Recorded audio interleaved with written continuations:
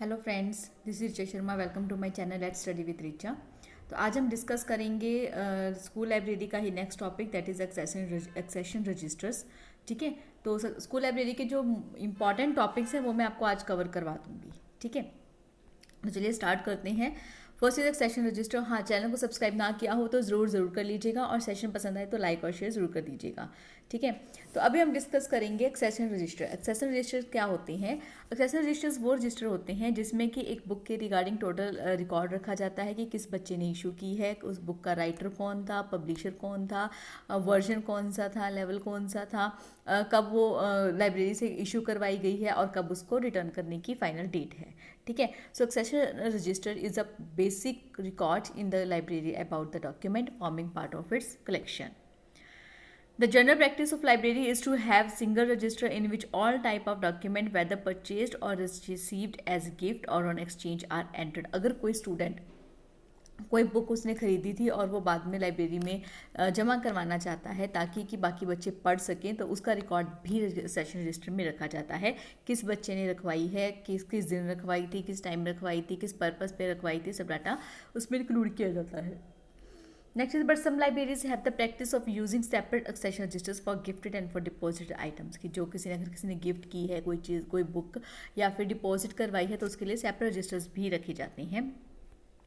तो next is accession registers. देखिए, ये एक पिक्चर एक्सेशन रजिस्टर की जिसमें कि एंट्रीज की जाती हैं कि कौन सी बुक है, कौन से वर्जन की बुक है, किस लेवल की बुक है, उसका नंबर क्या है, सब कुछ इसमें रिकॉर्ड की तरफ रखा जाता है। ठीक है, what to record in accession register. अब एक्सेशन रजिस्टर में रिकॉर्ड क्या किया जाता है? एक्सेशन जो रिकॉर्ड होता है उसमें एक्सेशन नंबर, एक नंबर दिया जाता है हर बुक को, वो रखा जाता है। टाइटल क्या है उस बुक का, एडिशन कौन सा है, place of publication and publisher, ये सब चीज़ें जो होती हैं बुक के ऊपर मेंशन होती हैं, बट हमें नॉलेज ही नहीं होती कि कौन कौन सी इन्फॉर्मेशन को हमें किस कहाँ पे उसको स्टोर करके रखना है। तो ईयर, पेजेस, कितने पेजेस हैं उस बुक के अंदर, वॉल्यूम कौन सा है, source, bill number, date, everything is mention on the library book. And price, remarks like date of withdrawal, कि कब उसको विड्रॉल करवाया गया था, कब उसको सबमिट करवाया गया था। ठीक है, some libraries also have column for class number, कि किस क्लास के बच्चे ने उस बुक को इशू करवाया है। Next is accession register entries. अब एंट्रीज कैसे होती हैं? The documents are entered in the register date wise according to their seat in the library, की डेट के अकॉर्डिंग जिस दिन भी बच्चा वो इशू करवाता है उस दिन की डेट के अंदर उस बुक की एंट्री की जाती है। All purchase books are entered in order of the bills. अब वो ये इन्फॉर्मेशन आ रही है कि उसका एक्सेशन नंबर कैसे दिया जाएगा, कि ऑर्डर ऑफ द जिस बिल का जो ऑर्डर आता है उस अकॉर्डिंगली उसको नंबर दिया जाता है। Books after book and bill after bill are then entered in the accession register keeping the access number running continuously. Accession number assigned to document entered in the session register will be a unique number which can identify the document. अब देखिए, हर एक किसी भी दो book का number same नहीं होगा, it will be different, it will be unique. Okay, किसी भी दो बुक्स का सेम नहीं हो सकता because they are according to the order by order. Okay, the accession number is written legibly on the version of the title page of the book and accessory on a clue page, जो कि front page होता है ना, उसी के ऊपर इसको mention किया जाता है।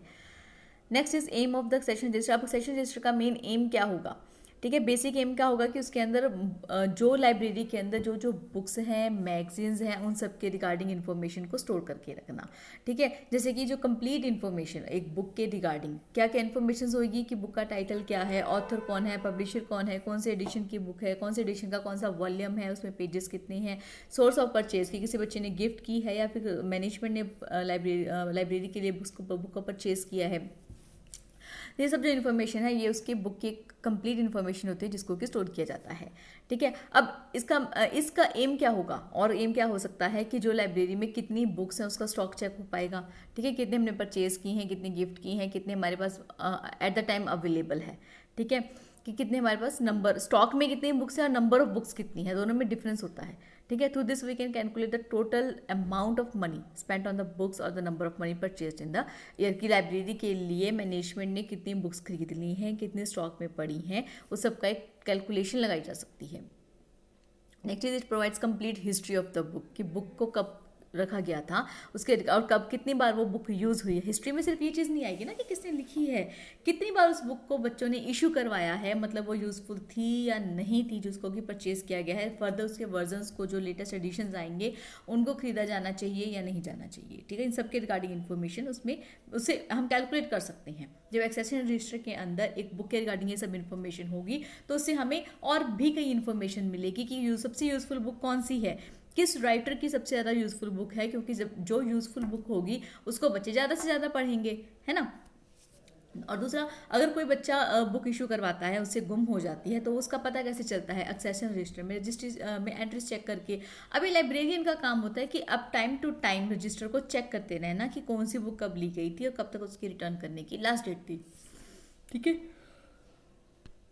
Next is precautions while handling accession register, कि हम आपके लिए कितनी मेहनत करते हैं, रात रात पर बैठकर वीडियोस बनाते हैं, तो प्लीज़ लाइक कर दिया करो और शेयर जरूर कर दिया करो, ठीक है। Precautions while handling accession register, अब क्या क्या आपको प्रिकॉशंस यूज़ करने होंगे कि जो एंट्रीज हैं वो लाइब्रेरियन खुद करे, ठीक है। ऐसा नहीं कि उनके अंदर जो ट्रेनर बैठे हैं या उनके अंदर आगे स्टूडेंट्स को बोल दे कि बेटा ये एंट्रीज डाल दो, it should not be. Librarian खुद ही ये काम करे। नेक्स्ट, जो राइटिंग होनी चाहिए, जो डेट है वो क्लियरली समझ आने वाली होनी चाहिए, ठीक है। Writing should be very legible. Register should be kept under lock and the keys with proper care, because देखो एक रजिस्टर के अंदर लाइब्रेरी के जितनी भी स्टॉक होंगे, जितनी भी बुक्स होंगी, उन सबका एक स्टॉक होगा, ठीक है। तो उसको लॉक के अंदर रखना बहुत ज़रूरी होगा क्योंकि उसके अंदर पूरी इन्फॉर्मेशन है लाइब्रेरी की, है ना।